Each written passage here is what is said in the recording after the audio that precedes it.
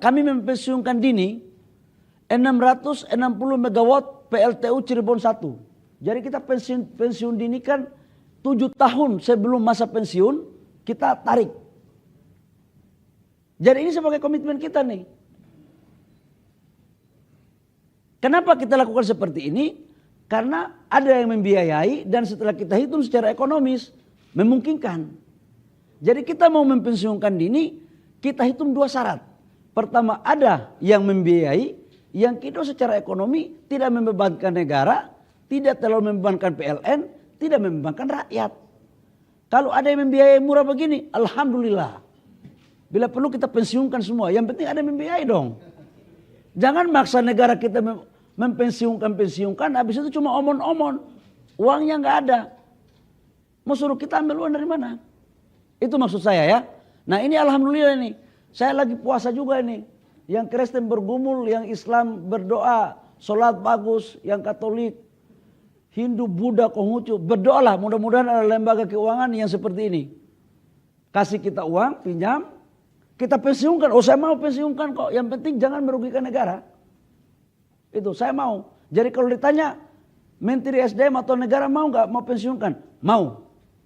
Catatannya kasih cuannya, kasih uangnya, nggak boleh bunga mahal, pinjaman jangka panjang dengan harga sampai ke rakyat yang murah dan tidak membebani terlalu besar subsidi. Andai kan pun ada subsidi, oke. Tapi pada harga yang sekarang jangan dinaikkan gitu loh. Jadi ini tolong ditulis besar-besar teman-teman wartawan. Jangan sampai dianggap bahwa Kementerian SDM nggak punya planning untuk mempensiunkan PLTU. Udah punya nih satu nih. Kapan ini kita mulai Pak Dirjen? 2035. Enggak, mulai kapan kita start ini? 2025 ini ya? 2035 Pak. Kan 2042 tadinya. Ya enggak, kita ganti sekarang mulai kapan? Mulai sekarang kan proses pekerjaannya? Proses administrasinya mulai sekarang Pak. Ya, udah jalan. Iya, udah mulai jalan dengan ADB. Ini sekarang udah mulai jalan. Apa pembiayaan dari mana? ADB. Ah, ya Ibu Dirjen ya, ADB ya. Ah, ya kayak begini-begini paten punya. Jangan maksa-maksa kita pensiun, sumbernya nggak ada. Kita lagi cari penghematan anggaran nih. Nah, berikut. Dalam rangka mendorong, supaya bapak-bapak juga tahu nih, teman-teman wartawan. Kita ini kan punya sumber energi baru terbarukannya banyak. Banyak. Tapi tahu kan, kita ini transmisi kita masih kekurangan. Sumber energinya contoh di Jawa, contoh di Papua, di Jayapura, contoh sumber energinya. Tapi di situ nggak punya jaringan. Ya gimana cara memindahkan? Mau tidak mau kita bangun jaringan. Makanya dalam RUPTL kita bangun kurang lebih sekitar 48.000 kilometer transmisi ya. Sirkuit. Transmisi kita 48.000 kilometer sirkuit. Atau kalau di garis lurus itu sama dengan 8.000 kilometer. Ini bahasa-bahasa canggih-canggih aja nih Pak Dirjen ini. Nah untuk listriknya 71 gigawatt. 71 gigawatt sama dengan 72.000 megawatt. Ini untuk mendorong pertumbuhan ekonomi 8% sampai dengan tahun 2034 selama 10 tahun ke depan. Ini nih. Ini nih. Nah, ini 71 dicatat juga nih. Dari RUPTL yang ada, kita sudah dorong 72% ke EBT. Coba kurang apa lagi nih? Masa masih ditanya pemerintah nggak punya perencanaan? Ini jangan-jangan kemarin yang disurvei itu orang yang nggak tahu perkembangan yang ada di negara kali ini.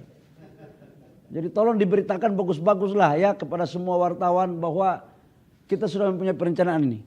72% EBT pada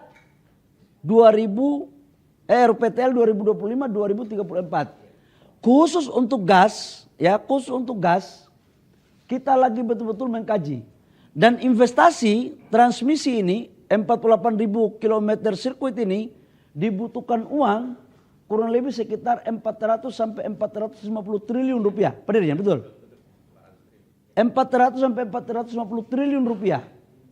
Nah kalau ini mampu kita lakukan, maka saya yakinkan insya Allah negara kita ini aman untuk melayani masyarakat dan industri dengan mengedepankan energi baru terbarukan. Kira-kira itu Bapak Ibu semua, sehingga saya pikir sangat jelas sekali kita konsen betul untuk mempergunakan energi baru terbarukan, tapi ada tahapannya. Dan negara sudah setuju 2060 net zero emission. Jadi kalau ada yang mau tanya lagi tentang apa strateginya untuk mempensiun dinikan, apa segala macam, tadi saya sudah jelaskan itu. Dan anggarannya sudah dipinjamkan dari mana? ADB. Udah clear ini barang? Ibu, udah ya? Udah clear ya Bu ya? Sudah? Oke, regulasi nanti urusan saya, tapi uangnya udah ada. Oke, teman-teman, saya pikir itu sebagai penjelasan dari saya. Kalau ada pertanyaan saya silakan kepada Ibu moderator. Kalau tidak ada juga itu yang Om suka, kira-kira. Ya, makasih. Assalamualaikum warahmatullahi wabarakatuh. Banyak orang yang mengira seolah-olah Eropa itu udah nggak memakai batu bara. Saya tidak perlu menjelaskan negara mana, tapi ada beberapa negara di Eropa yang sampai hari ini masih meminta batu bara dari Indonesia. Dan bukan untuk bahan baku industri, tapi sebagian masih memakai untuk listrik. Itu katanya negara-negara yang membuat ide besar Paris Agreement. Mereka juga masih pakai batu bara. Jadi kita ini jangan sampai terkecoh gitu loh. Satu, secara geopolitik. Dan itu tadi saya katakan bahwa Pak Trump keluar. Nah memang secara ekonomi, pertumbuhan ekonomi global ini kan masih dalam kondisi yang naik turun ini. Up and down.